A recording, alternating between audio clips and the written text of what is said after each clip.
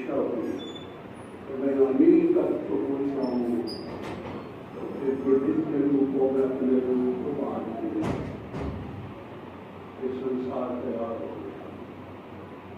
तो सबके अंदर परमात्मा ने अपना अंश दे दिया, उसी ताकत से शरीर काम करता है। उसका कोई रूप नहीं है, वो एक ऐसी चीज है जो सबसे बारीक है। वो ताकत है, जितना जो चीज इस संसार का नियम में जो बड़ी चीज होती है वो जड़ हो जाएगी, और जो छोटी होती जाती है ताकत बढ़ती जाती है। तो जो सबसे मायने सबसे आइटम परमाणु अणु परमाणु बारीक जो हो जाएगा वो सब पूर्ण कर सकता है, इतनी ताकत है। तो ऐसा परमात्मा जैसे आकाश सबसे बड़ा पृथ्वी, सबसे छोटा जल, जल से वायु, वायु से आकाश, वायु से भी वायु,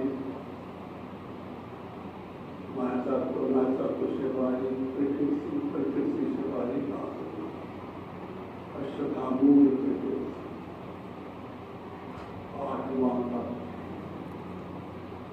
वो जब ऐसा होता है वो सब में प्रवेश कर जाता है, पदार्थों में, पत्थरों में, हर चीज में वही अंदर व्याप्त है। ऐसा वायु है, उसका नाम परमात्मा है। परमाणु अणु जो सब में चला गया, पत्थर के अंदर प्रवेश कर गया है, उसका नाम परमात्मा। और जिस सबके अंदर जो है परमात्मा परम लग जाता, परम और ये उसके पाते ग्राह्य से। तो ऐसे ढंग से इसलिए बनाया उसने कि मैं ऐसी जान प्रकृति रचना रचता हूँ कि उसमें तेरे पैदा होना पड़ेगा और मेरे से फिर जाना पड़ेगा, मेरे को भुला जाओगे और संसार के मोह माया में लग जाओगे, और फिर उससे मिलकर जब फिर मुझे प्राप्त कर लो तो फिर मैं अपने मिला मुक्त हो जाऊंगी। और जो नहीं अगर कर पाओगे तो वही सर्कुलेशन मरो जीरो हो नरक परक पकाए गए, मरो फिर वही पैदा हो फिर हो, जैसा करेगा तैसा बात चलेगी।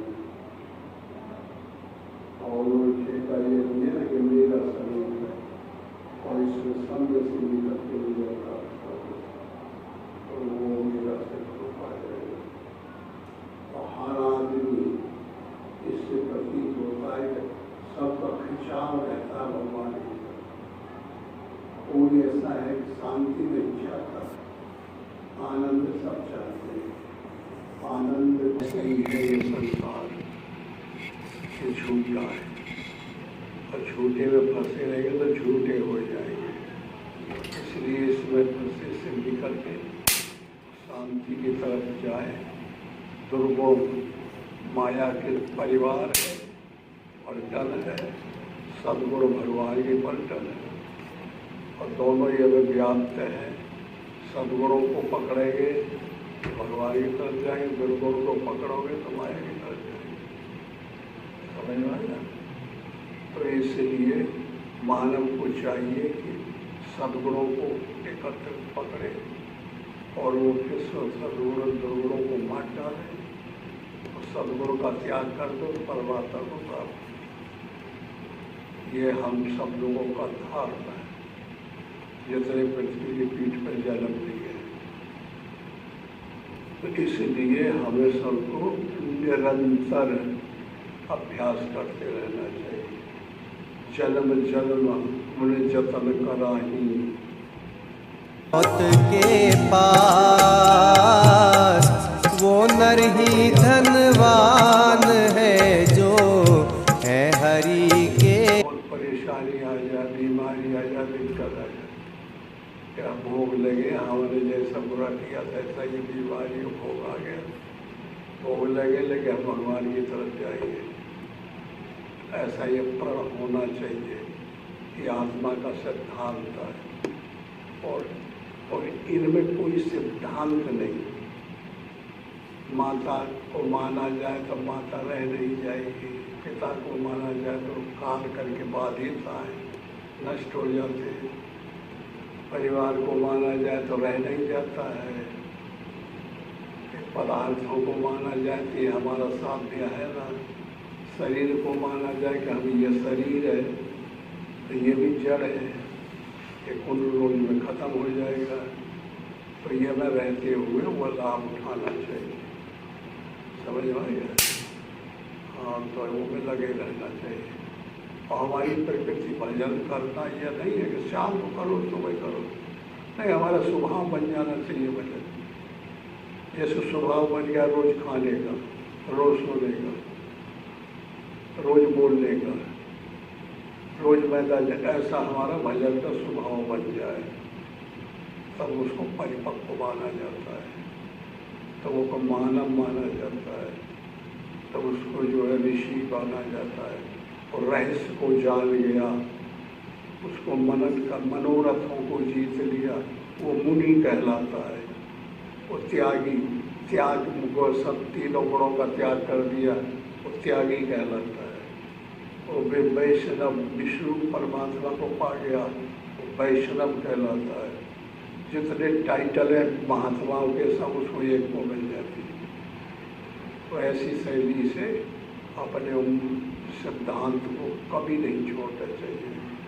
और चाहे शरीर रहे चाहे जाए, ऐसे साधक होते हैं। ठीक है? हाँ, अनुराग आना चाहिए। तो वही राम के राम रावण के युद्ध में अनुराग अंगद है। वैराग्य आना चाहिए, विषयों से राग का त्याग, तो वैराग हनुमान है। सूरत सुग्रीव है, भगवान में लगी है। कर्म वाली है। ऐसे ढंग से ये मोह रावण है, क्रोध कुंभकर्ण काम में ये अंदर भरे बैठे हुए हैं। वो आत्मा की प्रबलता, विभीषण आत्मा है। विभीषण सही समझाता था रावण को, लेकिन नहीं माना तो भगवान की शरण में आ गया। फिर तो वो मर जाएगा, अब खत्म अपने से हो जाएगा। आत्मा जिधर रहेगी, विभीषण जिधर रहेगा तिधर ही की विजय होगी। वो अजर अमर है, परबस है, जीव के अंदर हो गया माया के, सब भी होगा, कुछ नहीं बिगड़ सकता। कोई यदि आकाश से गोली चलाओ तो क्या उसमें लगेगा? आगे जलाओ तो जलेगा। वो ऐसा तत्व है। हाँ, समझ में आता है? स्वामी जी, जब वो आकाशवत है, निर्लेप है, तो फिर उसमें इच्छा कैसे हुई? उसमें इच्छा कैसे हुई? बीटू है, पावर है, ताकत है, क्षमता है, सर्वे सर्वा है। जैसे सूर्य के पास ताकत है और जला डाले जिसको चाहे तो। समगत का नहीं दोष गुसाई, रवि पावक सुरसर की नाई। समर्थ कुछ भी कर सकता है, तो उसके लिए तो कोई कानून है नहीं। तो इसलिए आगे महादेव जला रहेगा, समर्थ है आगे। सूर्य इतनी गर्मी फेंकता गया, दुनिया को जला नहीं। ऐसे ही वो है, तो वो जो भी कुछ करे ठीक है, उसका कानून उसमें लगती है। जो पावर नहीं रहता, जो पावरफुल होता है, उसके पास कोई कानून नहीं। हाँ, जो समर्थ है उसके पास कोई कानून नहीं। जैसे पहले राजा होते थे तो उनका खून माफ होता था, ये नियम है, तो गोली से मार देते थे, कोई जुर्म नहीं, कोई इजलास नहीं, कोई संविधान नहीं। अब दूसरा जात की लड़की को नहीं रख सकता। राजा को वीटो था कि किसी के घर की लड़की को ले सकता है, शादी कर सकता, एक नहीं 1000 कर सकता। तो राजा समर्थ है। तो कैसे ये थोड़े थोड़े उदाहरण हैं परमात्मा बहुत बड़ी ताकत है। तो वो कि जो अब ये ढंग की ये लीला चल रही है, सतयुग, त्रेता, द्वापर, समय समय आते जाते हैं, थोड़ा मूवमेंट बदलता जाता है और उसके लिए कोई नियम नहीं। और जो कमज़ोर है, पढ़ने में कुशल नहीं है, वो लड़कों के लिए तमाम नियम है। तो इस तरीके से भगवान को मानना पड़ता है। जबरदस्ती नहीं मानेंगे तो आग में जल जाएंगे। आग को मानना पड़ता है। सुरसरी की नहीं, अब सुरसरी को मानते हैं कि वो कैसा गंदा आदमी ज़्यादातर सुरसरी में पवित्र होता, पवित्र करने की चीज़ है। तो इसलिए परमात्मा को दोष नहीं लगता। दोष लगता है जो कमज़ोर है, जिनके पास बीटो नहीं है, पावर नहीं है, ताकत नहीं है, वो बन जाता है। और जिनके पास पावर है वो को मानेगा। सर्वे सर्वा तो वही है।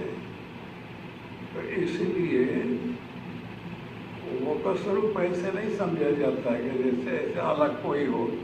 वो तो ओके गर्भ में हम लोग ये बात कर रहे हैं, ऐसी चीज़ है कि जो भी दुनिया वर्ल्ड है ये सब उसके एक अंग में रोआ के रूप में। अब जैसे ये जितनी दुनिया है, ऐसे हजारों अंड कटाह अनेक ब्रह्मांड सूर्य के ग्रेविटी में है, आकर्षण में से पकड़े हुए। पृथ्वी है, शुक्र है, चंद्र है, दिन, मंगल है, बुध है, बृहस्पति, तमाम ये सौर्य मंडल, उसका राजा है सूर्य। ये सबको अपनी ग्रेविटी पर खींचे हुए ऐसे। अब पृथ्वी के चारों तरफ पोल है, ऐसे ऊपर है, ऐसे पोल है। अभी काय पर टंगी है, न नीचे जाती न ऊपर जाती, लेकिन और ये भी चल रही है, घूमती भी है तो दिन बनाती है, रात और दिन। और फिर मूवमेंट है इसका, चला जा रहा है पता नहीं कहाँ। ऐसे करोड़ों सौर्य मंडल है, अरबन अनंत, ये वाणी बता नहीं सकती, उसको परमात्मा कहते हैं। तो इस दृष्टि से वो जब चाहता समेट ले,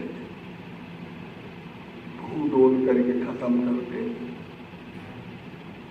बरसाता जा डुबा दे पृथ्वी का। हुआ है, ये वेद शास्त्र में है। सृष्टि लय हो गई, पानी पानी हो गया, तो फिर एक नौका बची, तो वो में जो है एक ऋषि मुनि 2 4 बैठ गए, उनको आदेश हुआ कुछ ऐसी चीज़ें रख लिए जिनके बिया रहे, और फिर पता नहीं कितने अनंत काल तक पानी पानी रहा। फिर यहाँ वो पृथ्वी फिर निकली धीरे धीरे, पानी नीचे से गया, तो फिर वो नाव खड़ी हुई, वो में से निकले, तो जो बिया लाए थे वो छेड़छाड़ के फिर सृष्टि चालू हो गई। तो कभी ये खत्म नहीं हो सकते, फिर पैदा होते, कौन ढंग की पैदा हो, कैसी हो, क्या हो। तो ये तो परमात्मा के गर्भ की बात है, ये यहाँ की बात नहीं।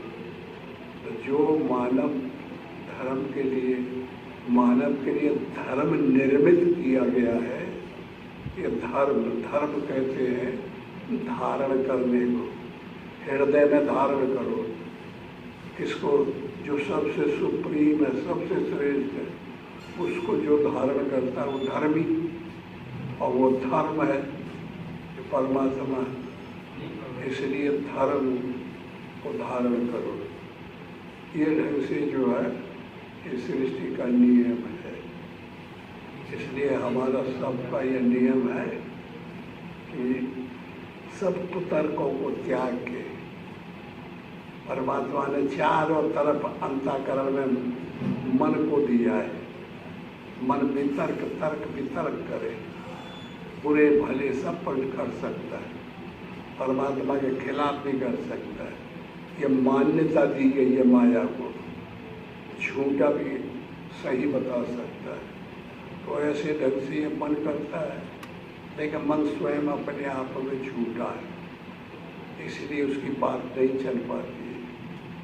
तो ये मन जो है जब हम मान लेंगे, संयम करते करते करते करते थोड़ा करेंगे, फिर नहीं हो पाएगा, आगे करेंगे, जन्म जन्म में करेंगे, फिर वो इकट्ठा होकर एक रोज विजय को प्राप्त करा देता है।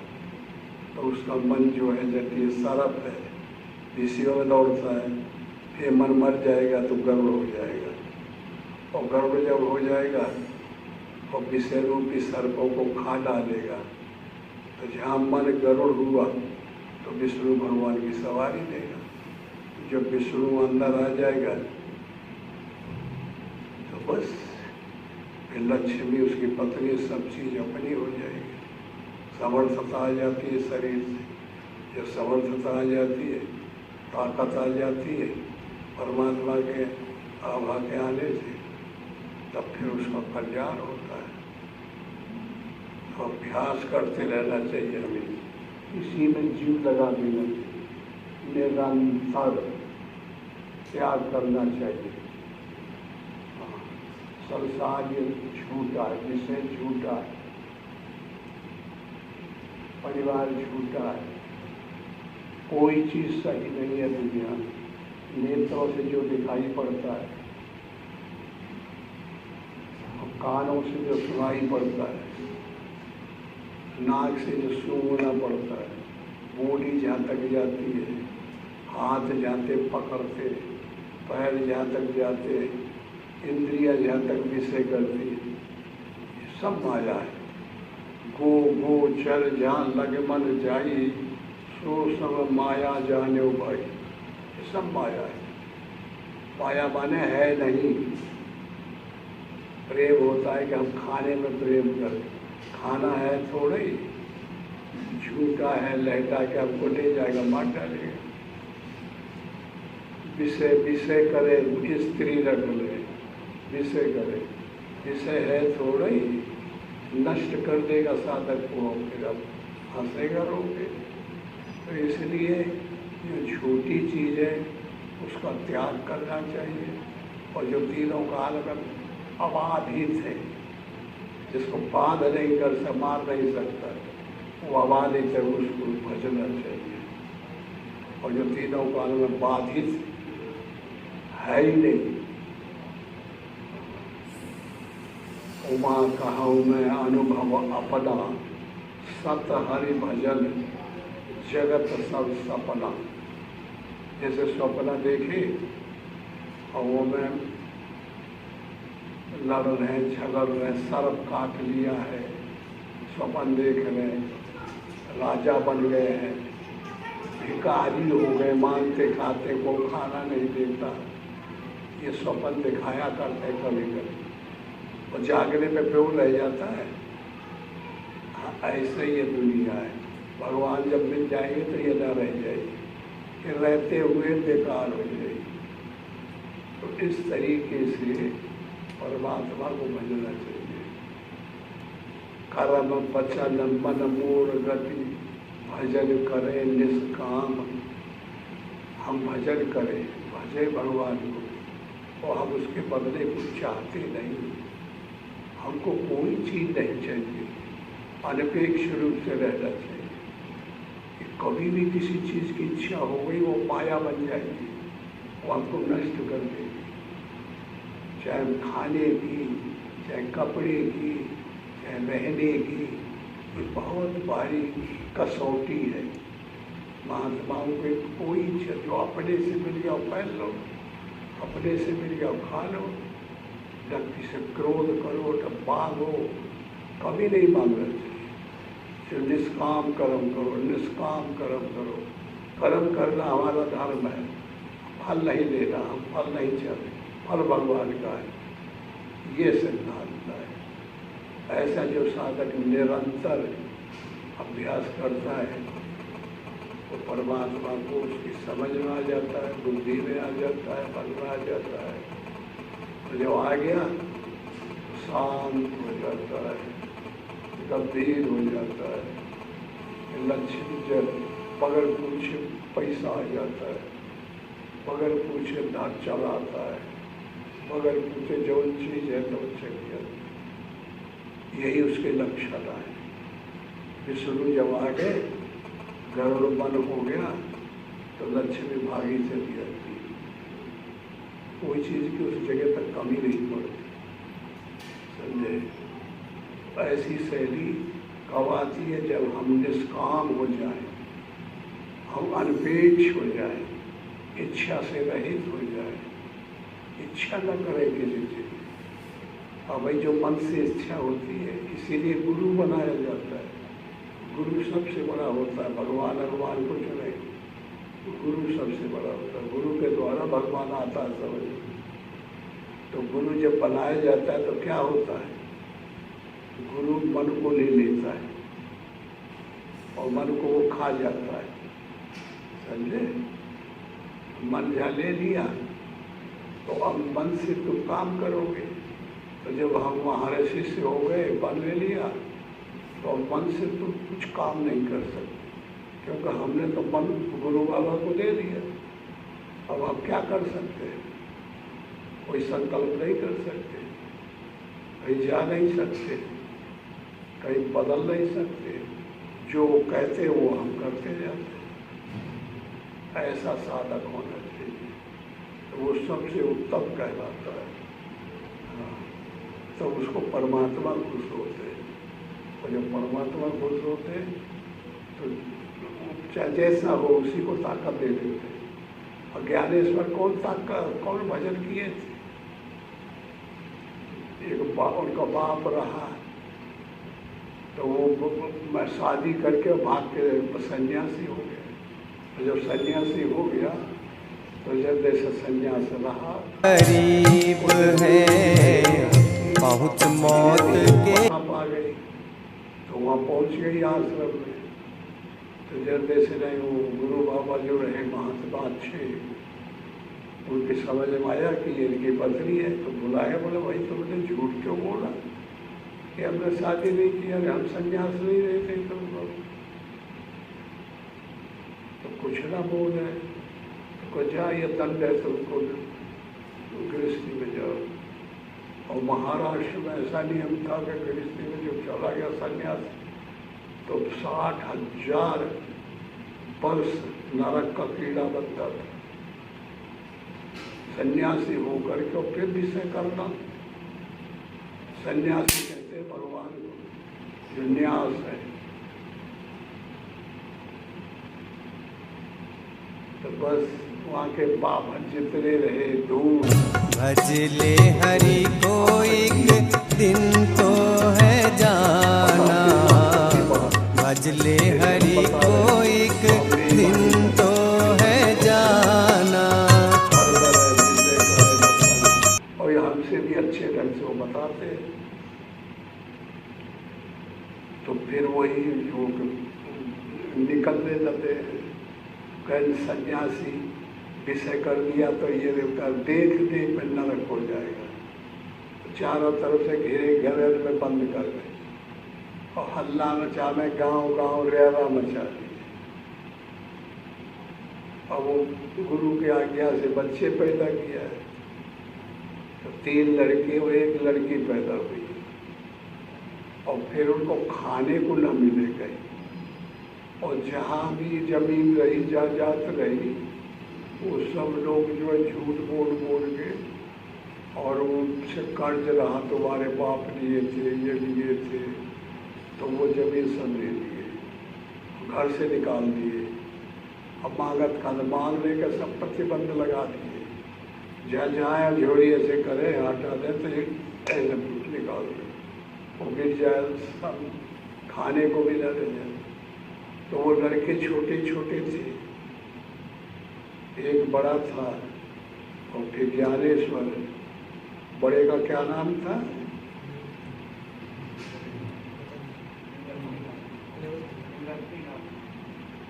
फिर ज्ञानेश्वर, फिर और रह बड़ी भारी दिक्कत। फिर भगवान जो है इस विवाद को अंतर जगत फकीरी पालियाट में ले गए, भगवान के यहाँ चला गया कि वो पंडितों का संघर्ष और वो बच्चों का संघर्ष, वो सत्य पर डटे रहे और लड़ते रहे, मांग के किसी ढंग से चलता रहा। आखिर ज्ञान से एक कोनो सिद्ध पुरुष रहा, उससे झगड़ा हुआ तो उसका पस्त कर दिया, शेर पर बैठ के आता था वो। हाँ, तो उसे जो है झगड़ा हुआ तो ज्ञानेश्वर पस्त कर दिया, तो राजा का लड़का मर गया, तो गाड़ पड़ गई सारी की जिंदगी। और वो बड़ा भारी आकाश से चलता था, उस घोड़े पे गिर गया, हार गया। तो सत्य में यह ताकत होती है, बनावटी थोड़े कि बनावटी बताओ फिर ज्ञान बनाएगा। तो फिर जो है धीरे धीरे धीरे धीरे उसने ज्ञान इतना बढ़ गया उसके पास के गीता की भाषित किया। और फिर वो समझ गया कि मेरी समाधि का टाइम आ गया, तो अपने से समाधि ले लिया, बैठ के चला गया। इतनी कहानी है। तो बताइए वो धूर्तन का जैसे है, ये कथा जगह जगह कथाएं कह रहे, सब धूर्त ही आ गया। जो बोलता है, कल ने वो बता रहा था ना, है कुंभ में टीवी पर आ रहा था कि सत्यमित्रानंद, वो बुढ़ा बाबा है हरिद्वार का, और सत्यमित्रानंद का है कि आज जो सब लोग कथा हम बताते ये क्यों नहीं इस पर से लोग चलते, वो बताने वाला खुद नहीं चलता और बता रहा है तो उसका असर नहीं होता। असर उसका होगा जो खुद चला होगा, तो उसके मानेंगे लोग, उसको समझेंगे। तो वो तो कथा वाले हैं नहीं, कथा वाले तो वो हैं जो करते नहीं और सीख लेते और धंधा रोजगार आ रहा है पैसा कमाने। तो इसके लिए सही होना चाहिए, और सही कौन था? एक हुआ सुखदेव, तो 88,000 ऋषि, बड़े बड़े वृद्ध, हजार साल की उम्र के, और जब वो आया इतना बड़ा लड़का 12 साल का, तो सही था। वो कौन था? सुखदेव। उस पार्वती ने जब अमर कथा सुनी, शंकर जी सुना रहे थे, तो एक खोखड़े में छेद था पेड़ में, और का बच्चा था, तो सुनने लगा और पार्वती सो गई, तो वो अजर अमर हो गया, अमर कथा सुन लिया। फिर जब पता पड़ा तो शंकर के त्रिशूल लेके दौड़े उसके गण, मारो तो भागत फिरा। तो उसी समय व्यास की स्त्री के बच्चे नहीं होते थे, तो उनसे पूछे कि हम पुत्र चाहते हैं, हमको कोई युक्ति बताओ।